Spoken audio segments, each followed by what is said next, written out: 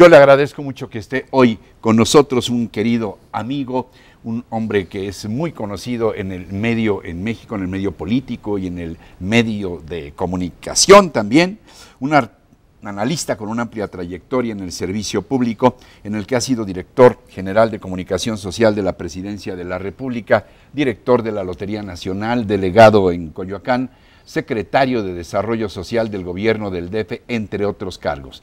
También ha sido catedrático de nuestra UNAM y actualmente es presidente y director general de Comunicación Integral Salomón y Asociados.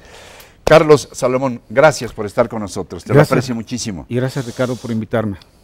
Carlos, un primer comentario sobre el arranque de las campañas electorales en México, cuando estamos exactamente hoy, casualmente, a 60 días. A 2 meses, 60 días, sí, de los comicios del próximo 7 de junio.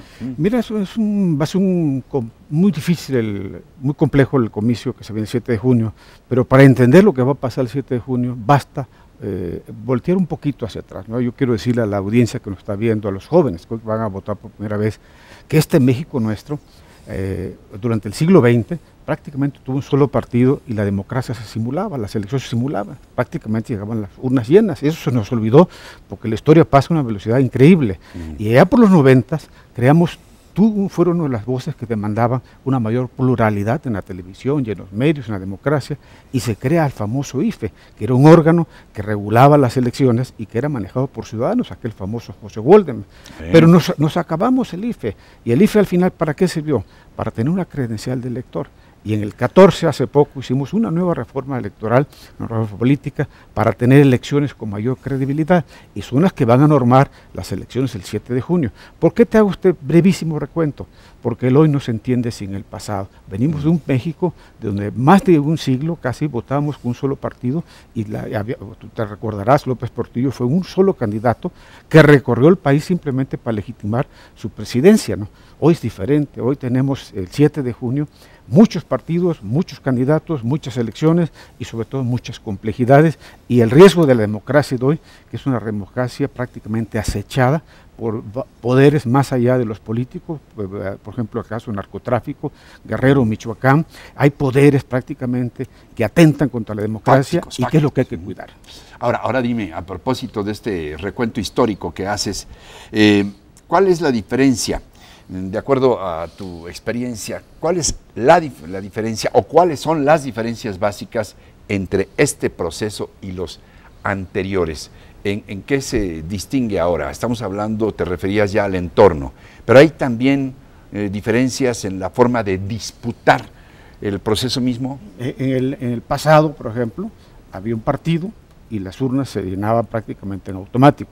Pero vimos una etapa muy gloriosa, Ricardo, los años 95, 98, donde teníamos los mexicanos el IFE, que era un órgano electoral que era prácticamente orgullo de los mexicanos y que salíamos al mundo a decir, esta es la democracia mexicana. Vinieron a copiarlo inclusive. Venían a copiarlo y el orgullo del Consejo con Waldemar a la cabeza.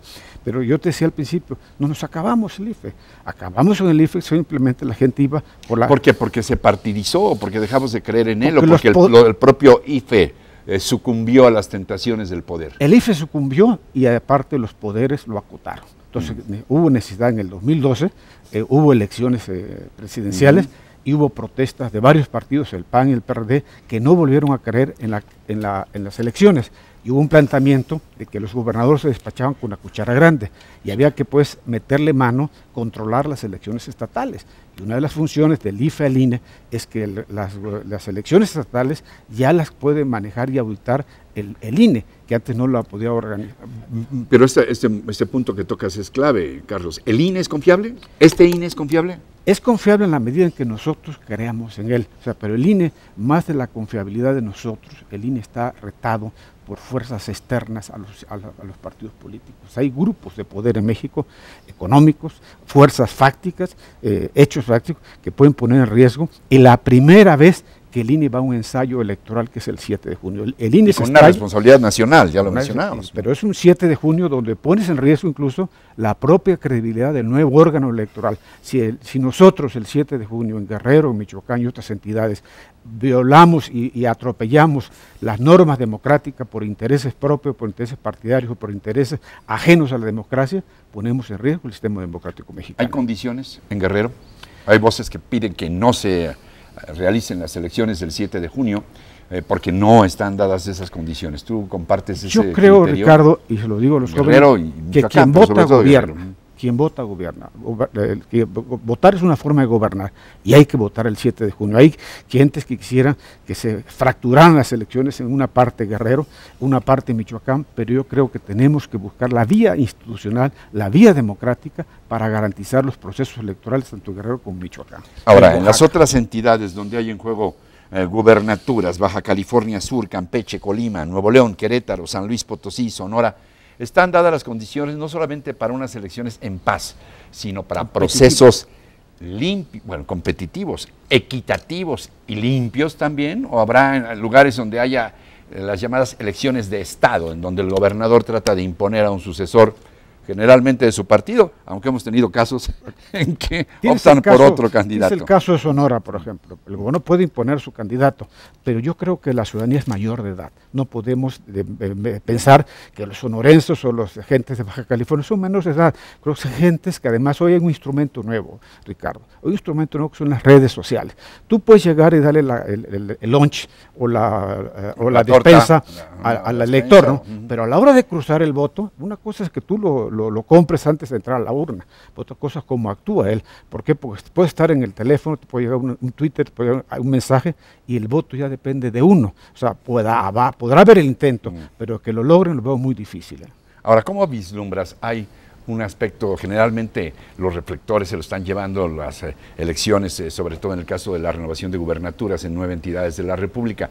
Pero ¿cómo vislumbras la conformación de la nueva Cámara de Diputados a partir de este proceso electoral? Todo esto que se habla de las encuestas, de que si quién va encabezando por partidos, de qué manera esta simpatía o antipatía o empatía por los diversos partidos políticos va a influir, o serán los candidatos en cada caso y tendremos votos diferenciados. Por ejemplo, alguien que diga, yo por gobernador voy a votar por el candidato de tal partido, pero por el presidente municipal no me gusta, voy por el otro, y por diputado iré por un tercero. Te invito a que el 7 de junio en la noche, este pronóstico que estoy dando va a ser prácticamente lo que... ¿Por qué? Porque hoy las mediciones ya son muy precisas.